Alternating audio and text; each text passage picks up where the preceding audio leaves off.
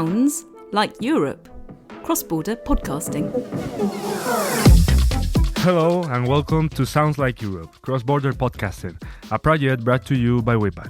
I am your host, Javi Caminero. I think a good documentary can be a very effective way to learn new things. The beauty of journalism and well-done podcasts is that they can make you think about subjects you hadn't given much thought to before. If a story makes you realize that there's an issue that affects you, I think it's a story worth listening to. When, in addition, that story is told from the point of view of something ordinary that affects society as a whole, we can say that we are dealing with a great podcast. With all this in mind, I think that the third co-production of the WePod project has many ingredients to be a success. On March the 7th, were released the French and Polish versions of A Grain of Power, a podcast produced by Europod, WePod's Belgian partner, and Outriders, our Polish partner. The French version is called Grain de Pouvoir, and the Polish version's title is Zwoje władzy. This documentary focuses on the use of grain as a weapon by Russia in the war in Ukraine. Throughout its 6 episodes, the journalists that conducted the investigation tried to understand how the lack of Ukrainian grain has impacted the life of normal people in the global south and in particular in Egypt, a country highly dependent on grain import and in which bread has a central role in the daily life of citizens. I'm sure you will remember Futura D'Aprile, a journalist from Europod that was part of the team that produced Truck Drivers, WePod's second co-production. Well, Futura has been leading this investigation about grain as well, so let's talk to her. Futura, how are you? Hi, Javi. Thanks for having me. I'm fine. How are you? I'm fine, and I'm really looking forward to listening to the whole series of A Grain of Power. Let's talk about it. What did you decide? Why did you decide to make a documentary about grain? I mean, at first it doesn't seem like a documentary subject as such. So, did you see the potential to look beyond it from the beginning? Well, actually, the idea comes from Outriders, because, as you said, they are from Poland, so they are very close to Ukraine, and they did a lot of works along the years on Ukrainian war.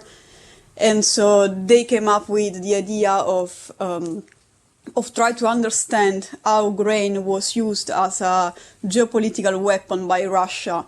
And starting from that point, we decided to expand a little bit the subject. And so we decided to understand how Russia did it. So how did Russia weaponize the grain in the context of the Ukrainian war. But as you said, we also went to Egypt to understand how normal people in the global south were affected by the lack of grain. But another part of the reportage, so another part of the podcast, will be focused on the European Union, meaning that we want to understand the importance of grain in our society, because, as you said, in Egypt, it's fundamental for normal people, while we in Italy, in Spain, in Poland, all over Europe, we don't think about how important it is in our society. While in the global south, the lack of grain can lead to revolution. Going to the first part of the investigation, as you said, our colleagues at Outriders, they had been working before on this topic, talking with Ukrainian farmers. They did those interviews for this podcast. So how did they find all those farmers, and why were they so important for the investigation? They just went to the farmland region of Ukraine in the south, because, if you look at Ukraine, the south part is the one where you can find the majority of the farmland, and that area is also directly affected by the war. So they went there to the Mykolaiv region, and they start asking people working in the field if they wanted to be interviewed and if they wanted to be part of this podcast. So that's how they found them. And I think that it's really important that we have those kind of interview, because it's a first-person view on what it means to be a farmer in the context of war, and to have a direct experience of the weaponization of the grain. Because, when we talk about this subject, it seems like something that is not related to our daily life.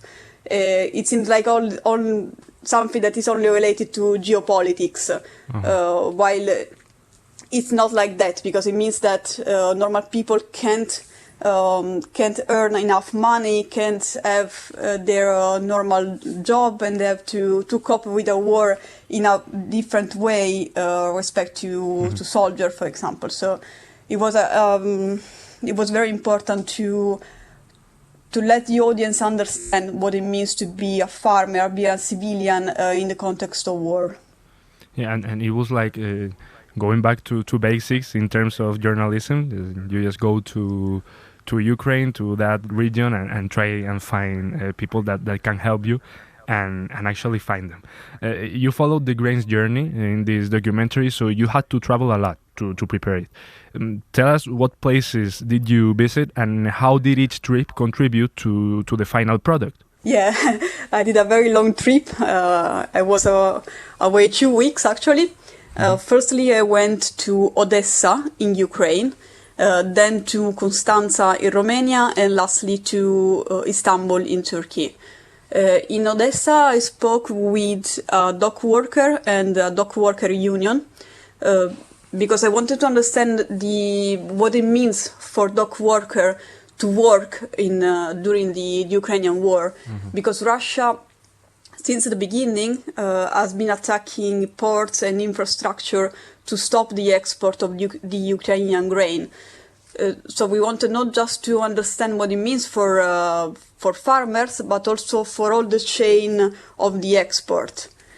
That's why I spoke with the dock workers, and it was really important because he told me his personal experience. For example, he was working on the port of Odessa during one attack, so he was very afraid, but he still has to go to work every day. So he has to face his fear, because otherwise he will be without job, and it means to go to the front line.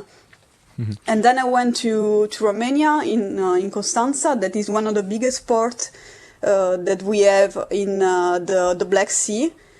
And this port has grown a lot along the year, because when the war started, the port of Odessa and generally the port of Ukraine stopped working. So all the export had to pass through Romania, through Constanza mainly. And there again I spoke with people working inside the port. And lastly, in Turkey, in Istanbul, I spoke with an analyst that monitored the transit of ships from Russia to the Mediterranean and vice versa. This is important because Russia has occupied Crimea, as we know, and also other part of Ukraine, and it means that the ships that transport grain are not transporting only Russian grain, but also the stolen Ukrainian grain. And this expert is trying to understand which ships transport the stolen grain to denounce them. So this trip was important to understand the effect on different kind of people, so dock workers, port workers, and analysts, and then also normal people in the global south. And I have the feeling, you can confirm it if that's the case, that throughout this trip, this 2-week investigation trip, you were adding experience on top of experience, and I'm sure that has helped you with the rest of the process of the documentary, because this is a complicated subject to analyze, mainly when you have into account that you are looking at it from a perspective that isn't necessarily yours when you talk, for example, about Egypt. So how was the process of writing this documentary, and how did you analyze and make yours this information that you were getting throughout your trips? Well, it was quite complex also, because we have a lot of information, and it's difficult, to make this podcast interesting to an average audience. Because if we talk about weaponization of grain, it seems like a subject that is only interesting for people that are already interested in those kind of subjects or in geopolitics. While the idea is to make something that can be interesting for everyone, let's say, and so to go behind the numbers or the geopolitics and to present these stories from personal point of view. So we try to balance these two aspects, so to give a lot of information, to explain correctly the subject to the audience, but also we mixed everything with first personal experience and also with our experience as reporters. Yeah, at the end of the day, those personal stories what makes a listener stay during the process and listen to the whole series, which is the ultimate goal as well. You analyze the role of bread, as we have said before, in different countries in Europe. How did you analyze this role of bread, and what were your main conclusions? Well, Europe, Europe, we produce a lot of grain, actually. But at the same time, we are also a big importer of specific kind of cereals, fertilizer, and oilseed. So it was quite strange for me, to read the data and find out that we export a lot and we import a lot at the same time. So if we look at Europe, we can see that France and Germany, for example, are the countries that produce the majority of the grain that then Europe sell abroad. And it was interesting for me to find out that Europe as a whole is one of the biggest exporter of grain and cereal, but at the same time it's also a big importer of specific kind of cereals, fertilizer and oilseed. So for example, we partially import also from Ukraine. That is something that I didn't actually expect, maybe because I'm Italian, so we are used to pasta and bread always presented like something made in Italy, Yeah. And so I think that it's a good time for this podcast to go out, because in Europe right now, in these few days, they are discussing about new agricultural policy, about sovereignty in the field of grain. So I think that is really well related to what we are going to talk about in this podcast. Do you think that's the main reason why people should listen to A Grain of Power? I was going to ask you about what can this documentary bring to the listeners. You kind of said it there, but going a bit deeper in this topic, what do you think a listener that has maybe some interest in geopolitics but not that much can take away from listening to this series? Well, I think there are several reasons. Maybe only because it's there are a lot of places, different places in this podcast. So maybe if someone is interested more in trips or knowing different culture, can also be something good to listen to. But mainly because I think that this podcast let us understand something more about ourselves. I mean, this is what I was thinking while doing it, because we always eat bread, for example, or pasta or something like that, but we don't think about the grain, about the product from. I mean, we eat pasta, but we don't know who produced it, how the grain is used, or who produced it, and so. It's a good way to understand how fragile sometimes our life is, and how something that is so common in our life can be used as a weapon against us. Yeah, it's important to know and put the spotlight on what it means and what it implies as well. Before we end this episode, Futura, I know you might remember about this. I would like to ask you a couple of questions about your listening habits. First of all, what's your favorite podcast right now? Oh, I'm listening right now to a podcast by Serial. That is, it tells the story of an American soldier in Afghanistan that was kidnapped by the Taliban for 5 years.